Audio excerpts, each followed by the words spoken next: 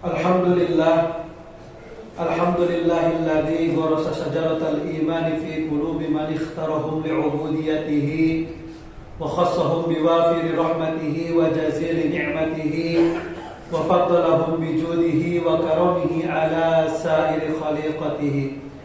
Ashhadu an la ilaha illallah wahdahu la syarika lah, waliyyun ni'mati wa musayyidul minnati, kataba ala nafsihi rahmah.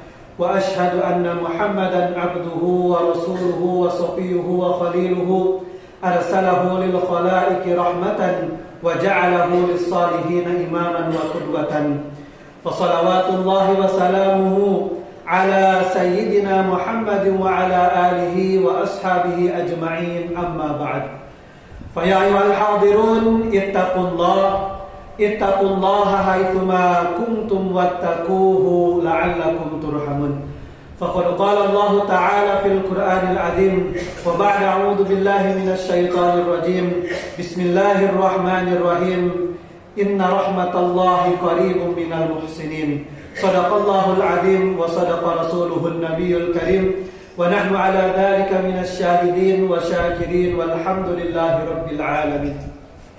Hadirin sidang Jum'ah yang berbahagia, yang pertama kita panjatkan puji dan syukur kita kehadirat Allah Subhanahu wa Ta'ala yang Maha Ghafur, yang mana Allah Subhanahu wa Ta'ala masih memberikan kesempatannya kepada kita, taufik dan hidayahnya kepada kita, usianya kepada kita, sehingga di saat ini kita masih bisa melaksanakan salah satu perintah Allah Subhanahu wa Ta'ala, yaitu sholat Jumat. Maka mudah-mudahan Allah Subhanahu wa Ta'ala senantiasa menggolongkan kita kepada orang-orang yang senantiasa taat kepada Allah Subhanahu wa Ta'ala. Salawat beserta salam tidak lupa dicurah limpahkan kepada junjungan kita, orang yang paling mulia, yang paling baik akhlaknya, yang paling memikirkan tentang keselamatan umatnya, yaitu baginda Rasulullah sallallahu alaihi wasallam. Tidak lupa kepada keluarga, kepada tabi'in, atba tabi'in, dan mudah-mudahan wabil khusus kita semua yang hadir di majelis ini, di tempat ini, semuanya dijadikan sebagai umat baginda Rasulullah sallallahu alaihi wasallam yang akan mendapatkan syafaatul ujma pada hari kiamat nanti. Amin ya Allah ya rabbal alamin. Hadirin sidang Jum'ah yang berbahagia, seorang imam, salah satu guru daripada Imam Syafi'i, yaitu Imam Waqi rahmatullah alaih. Beliau pernah bercengkrama dan beliau pernah bertanya kepada salah satu imam yang ada di atas beliau, salah satu perawi hadis terbaik, yaitu Imam Nafi rahmatullah alaih. Apa yang ditanyakan oleh Imam Waqi rahmatullah alaih? Imam Waqi rahmatullah alaih mengatakan kepada Imam Nafi rahmatullah alaih, yang mafhumnya adalah aina kuntu ba'dal maut. Wahai Imam Nafi, di mana aku akan berada setelah aku mati? Setelah aku dikebumikan di dalam tanah, setelah aku meninggalkan alam dunia, maka di mana aku akan berada? Maka Imam Nafi rahmatullah alaih berkata dan menjawab, wahai Imam Waqi, kenapa engkau bertanya tentang ini kepadaku?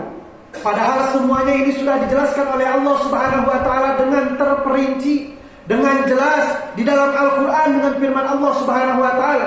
Allah Subhanahu wa Ta'ala berfirman, fa'ammal ladzina su'idu fa fil jannah wa ammal ladzina saqu fa fin nar. Kata Imam Nafi rahmatullah alaih, Allah menjelaskan di dalam Al-Quran, barang siapa yang beruntung di akhirat nanti, maka pasti dan pasti dia akan berada di surganya Allah Subhanahu wa Ta'ala. Wa ammal ladzina saqu, akan tetapi orang yang merugi dan orang yang akan binasa, mereka akan disimpan di dalam nerakanya Allah Subhanahu wa Ta'ala. Maka Imam Waqi rahmatullah alaih bertanya yang kedua kalinya kepada Imam Nafi rahmatullah alaih, baik wahai Imam Nafi, aku mengerti dengan orang-orang yang beruntung. Mungkin ketika dia hidup di alam dunia, dia mengamalkan perintah-perintah Allah Subhanahu wa Ta'ala, dia menjauhi larangan yang dilarang oleh Allah Subhanahu wa Ta'ala, bahkan mungkin dia meninggalkan maksiat, sehingga dia menjadi orang yang beruntung di akhirat nanti, dan dia akan diletakkan di dalam surga. Akan tetapi ada daripada hamba-hamba Allah Subhanahu wa Ta'ala yang pernah hidup di muka bumi ini, mungkin mereka pernah melanggar hukum-hukum Allah, mereka pernah bermaksiat kepada Allah Subhanahu wa Ta'ala, bahkan mereka pernah meninggalkan perintah-perintah Allah Subhanahu wa Ta'ala, maka mereka akan termasuk orang-orang yang merugi nanti, dan mereka akan berada di dalam nerakanya Allah Subhanahu wa Ta'ala. Maka kalau seandainya hamba-hamba Allah yang pernah Islam, yang pernah bersyahadat, pernah beriman kepada Allah Subhanahu wa taala, kemudian dengan sebab kesalahannya, dengan sebab dosa-dosa yang pernah dia perbuat, dia akan dimasukkan ke dalam neraka termasuk orang yang merugi. Maka Imam Waqi rahmatullahi mengatakan fa aina rahmatullah. Maka kalau seandainya terjadi begitu, maka di mana rahmat Allah Subhanahu wa taala? Di mana kasih sayang Allah Subhanahu wa taala yang mana adalah sifat Ar-Rahman dan Ar-Rahim. Allah yang memberikan kenikmatan yang kecil, yang besar di dunia dan di akhirat. Bahkan Allah Subhanahu wa taala memberikan kenikmatan yang sangat besar di akhirat nanti. Maka ini adalah rahmat Allah, kasih sayang Allah Subhanahu wa taala. Kalaulah seandainya mereka yang pernah bermaksiat, mereka yang pernah meninggalkan hukum-hukum Allah, kemudian mereka akan dihukum nanti di neraka Allah Subhanahu wa taala dan termasuk orang yang merugi, fa aina rahmatullah. Maka di mana rahmat Allah itu? Di mana kasih sayang Allah Subhanahu wa taala? Di mana kecintaan Allah Subhanahu wa taala kepada hambanya? Apakah Allah Subhanahu wa taala tidak akan mengampuni dosa mereka? Maka Imam Nafi rahmatullah alaihi menjawab untuk yang kedua kalinya, wahai Imam Waqi, kenapa engkau bertanya tentang ini kepadaku? Padahal Allah Subhanahu wa taala juga sudah menjelaskan dengan terperinci, dengan begitu jelas di dalam Al-Qur'an. Allah Subhanahu wa taala berfirman, "Inna rahmatallahi qaribun minal muhsinin." Sesungguhnya rahmat Allah Subhanahu wa taala, sesungguhnya kasih sayang Allah Subhanahu wa taala qaribun minal muhsinin, yaitu akan senantiasa dekat bersama orang-orang yang senantiasa berbuat kebaikan. Maka tidak akan ada manusia yang bisa masuk ke dalam surga dengan sholatnya. Tidak akan ada manusia yang bisa masuk ke dalam surga dengan zakatnya. Tidak akan ada manusia yang bisa masuk ke dalam surga dengan beberapa kali haji dan umrahnya. Tidak akan ada manusia yang bisa masuk ke dalam surga dengan infak dan sedekahnya. Akan tetapi mereka akan masuk ke dalam surganya Allah Subhanahu wa taala adalah dengan rahmat dan kasih sayangnya Allah Subhanahu wa taala. Akan tetapi yang tadi Allah Subhanahu wa taala jelaskan dalam Al-Qur'an, inna rahmatallahi qaribun minal muhsinin. Karena sesungguhnya rahmat Allah, kasih sayang Allah akan diberikan kepada orang-orang yang senantiasa berbuat kebaikan. Apa itu kebaikan? Kebaikan adalah seluruh perintah Allah Subhanahu wa taala dan seluruh larangan yang dilarang oleh Allah Subhanahu wa taala. Apabila kita mengerjakannya, maka itu termasuk muhsin, termasuk orang-orang yang berbuat kebaikan.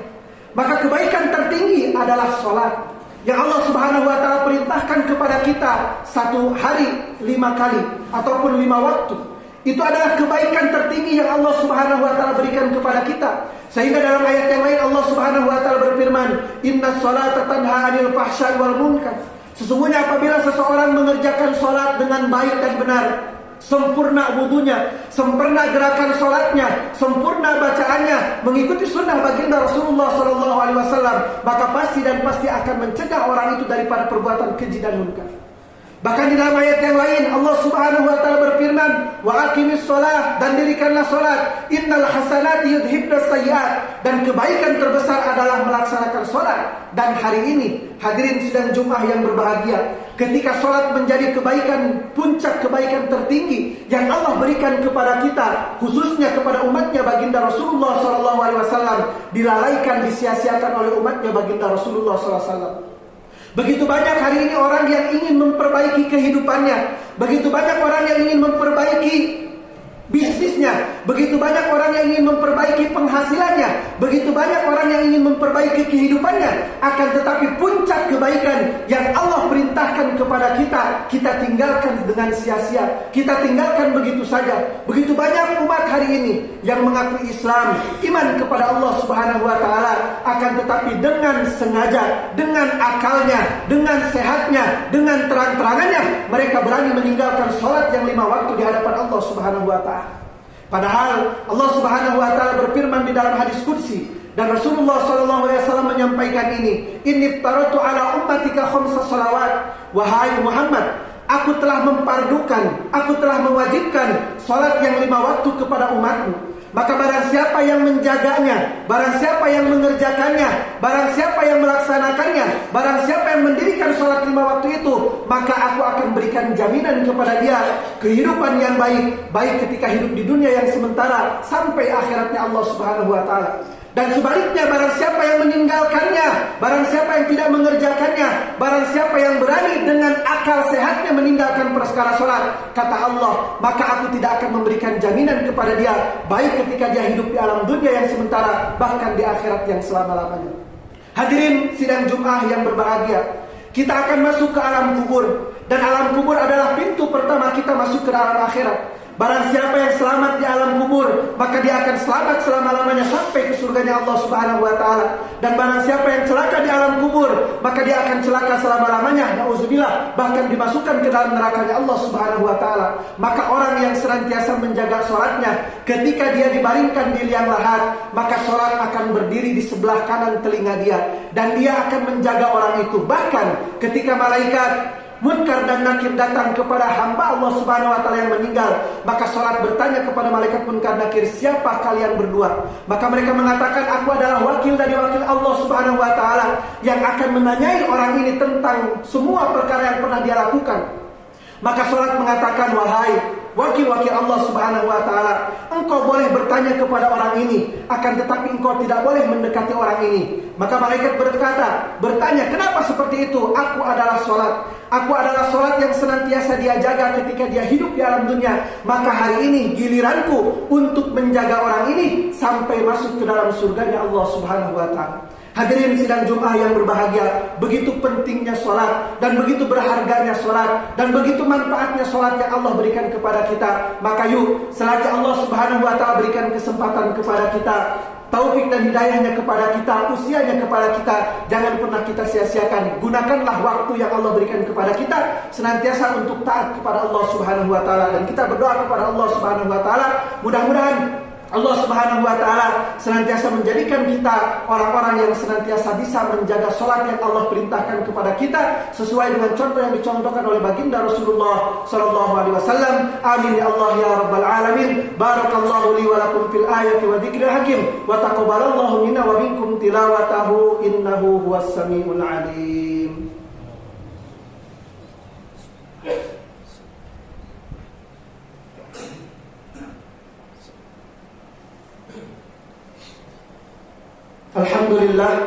Alhamdulillah muqaddiril maqdur wa musarrifil ayyami wasyuhur wa ahmaduhu ala jazili ni'amahu wa huwal ghafurur syakur.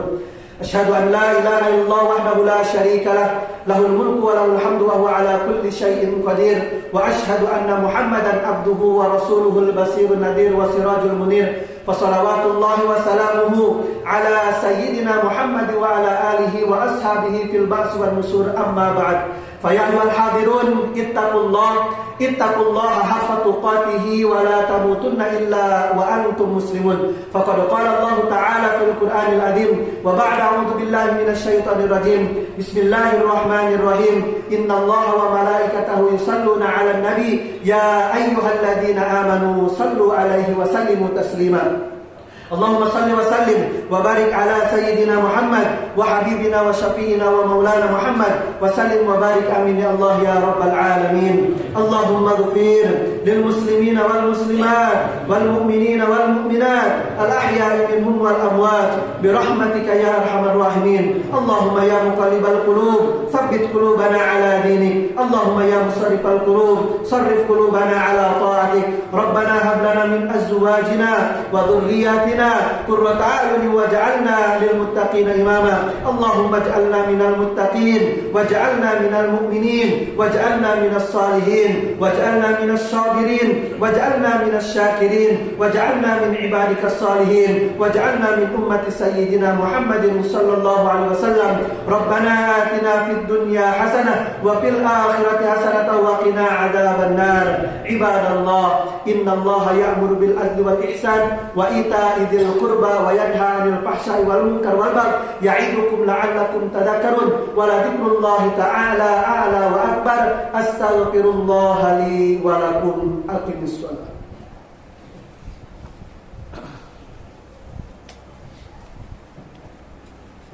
الله أكبر الله أكبر. أشهد أن لا